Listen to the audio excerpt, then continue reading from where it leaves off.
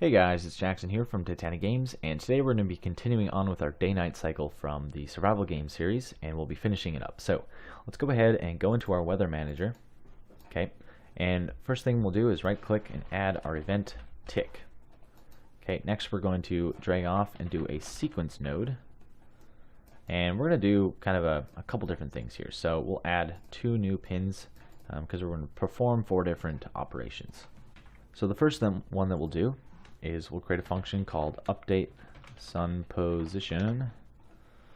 Alright, and in this we want to take our sun, we want to get his light component, so that's all the way at the bottom.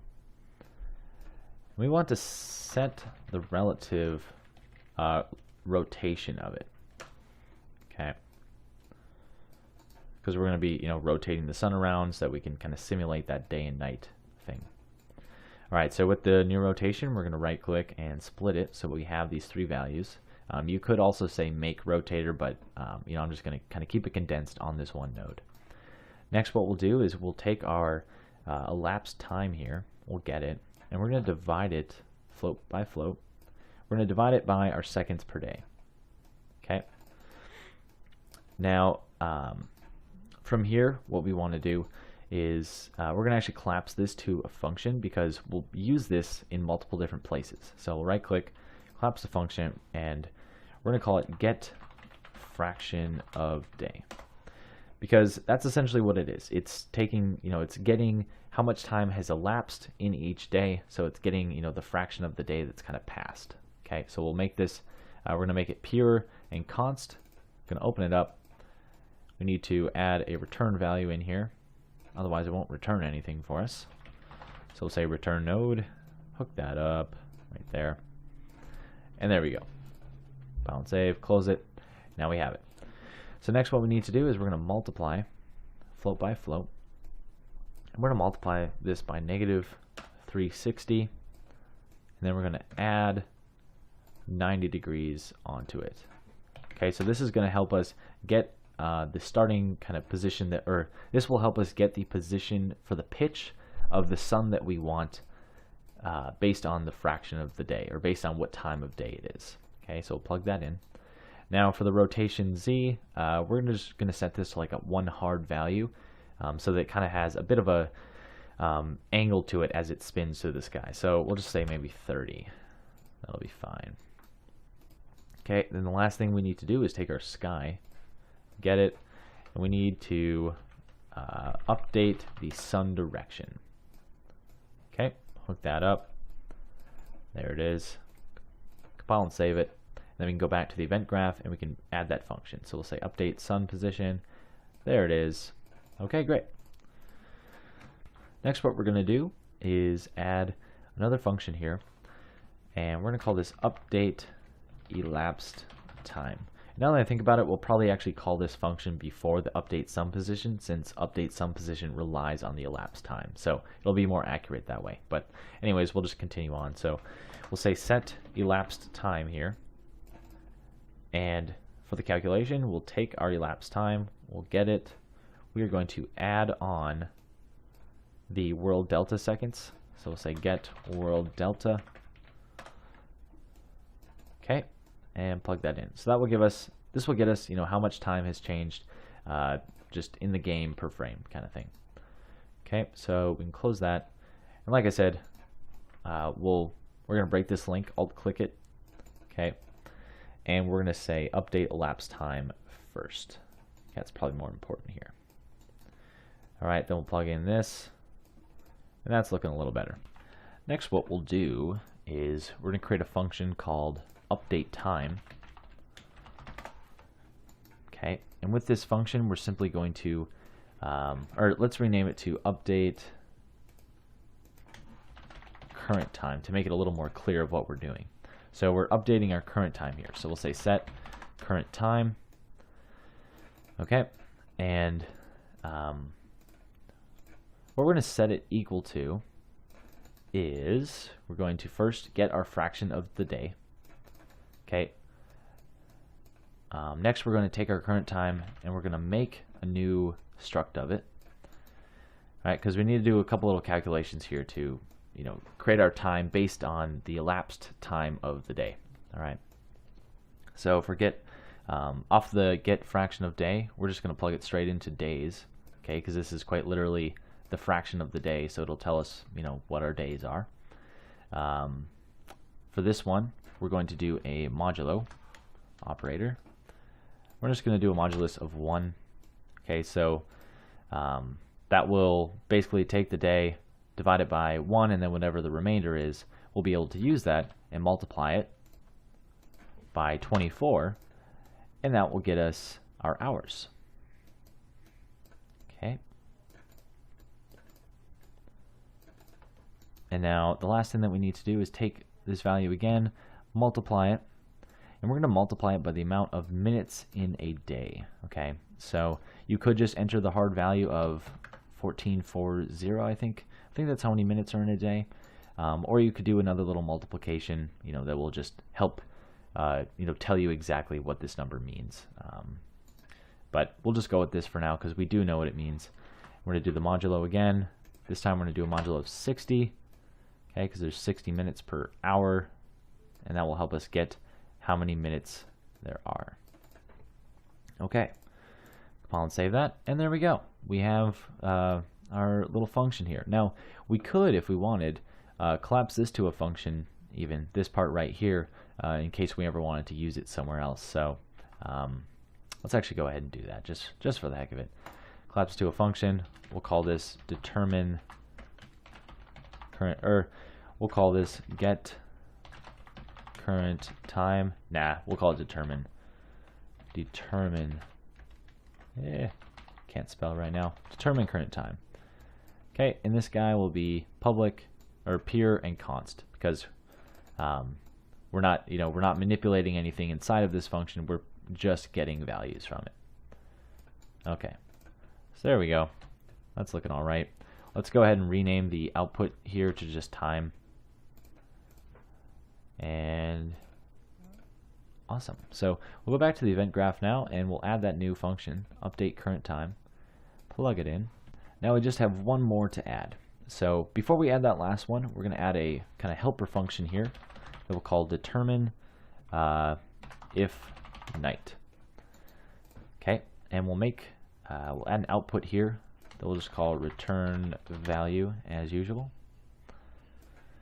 Okay, and with this, what we want to do is take our current time here, get it, and we're going to split it, because we're going to check if our hours here, if whatever the hour is in the day, we're going to check if it's outside of the bounds of our sun up time and sun down time.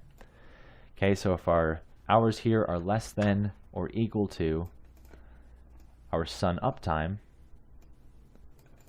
then that means that it's nighttime. Okay, now or excuse me, for this one we want to say if it's just less than. Okay, so we'll take hours, say less than.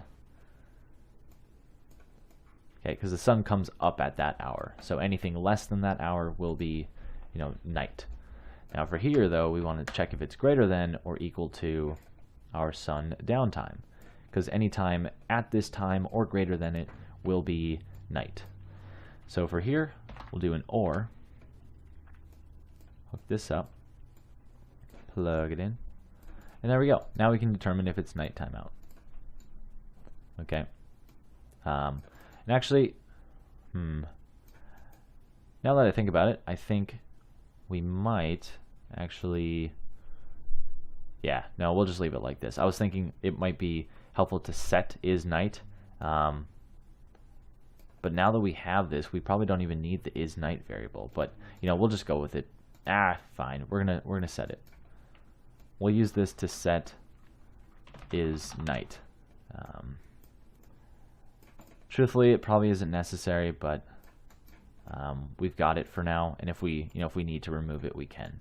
Okay, it's not going to harm anything. Okay, so anyways, we have that. Now we can create this next function here, which is basically a function that we're going to use to fade the sunlight a little bit as it turns nighttime. So we'll create a function. We'll call this fade sun. Okay, so now we've got a bit of a calculation to do here, or a little bit of stuff. So we'll get this.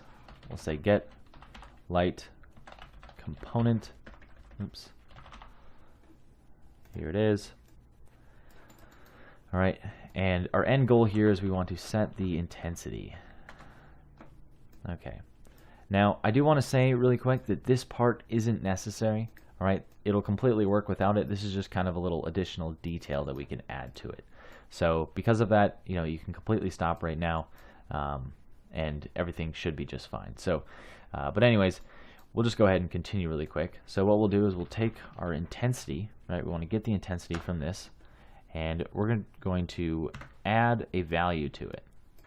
Now with that value, we're going to run it through a clamp because we want to make sure that it stays within a certain range. So we'll plug in the return value there, and we're going to clamp it between 0 and whatever our sun intensity was.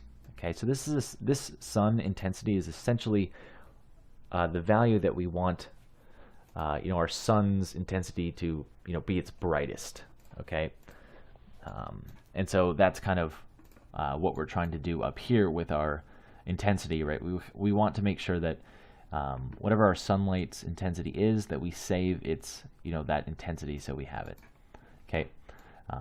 That being said, you could make it even more of a variable and just completely set it yourself, not based on the light component, but it's up to you there.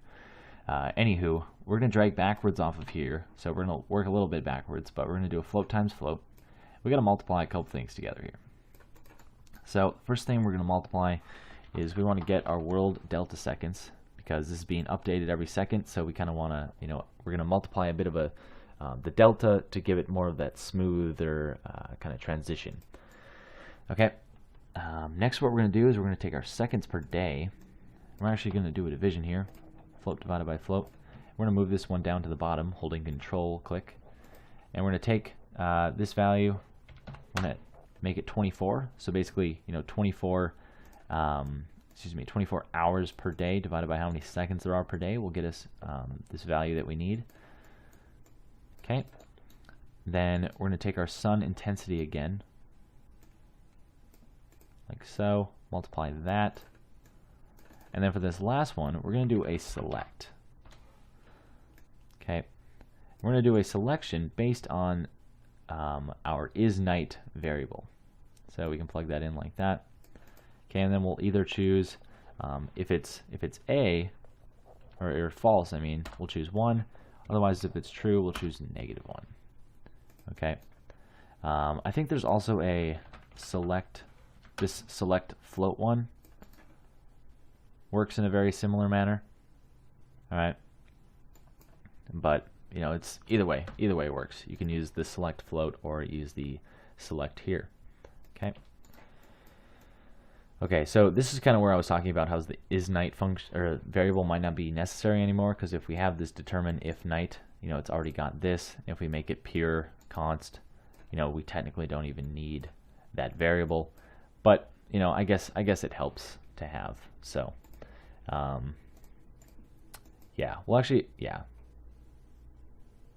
do that. We'll get rid of it, plug that in, compile it. Ooh, this is read only. Oh, that's right, we can't be setting it. Okay, so we'll delete that from the function, hook this up, compile and save. Okay, so there we go. Yeah, we'll just go with that for now. All right, so everything should be working now. If we go ahead and add this guy to our level, right, and for the sun here, under day-night cycle, I don't know why it's a different name, but we'll go ahead and select the light source, the sky. We'll select our sky sphere. Okay, now we can try this out. All right, if we press play, all right, nothing's happening. Obviously, there's an issue. Okay, so I forgot we need to make this movable. So we'll take our light source here. We'll just make it movable. Now, if we press play, it should work. Okay, so we see it's dark. It's nighttime. It's starting to get brighter because we started early in the morning. So once the sun comes up, it should be flying across the sky, because we do have our day set to, where is it? Oh, there it is. We do have our day set to 60 seconds, so it goes relatively quick. All right, there we go. It's working. All right, so that's everything, guys. Thank you for watching. I hope you liked the video. And in the next one, we'll probably be doing either some kind of temperature-related things, or we might be revisiting kind of the UI that we have here on the screen, because I've got some techniques now, or some things that we can add to kind of spice it up a little bit. So, anyways, that's that. Thanks for watching. If you like the videos, like or subscribe, and I will see you in the next one.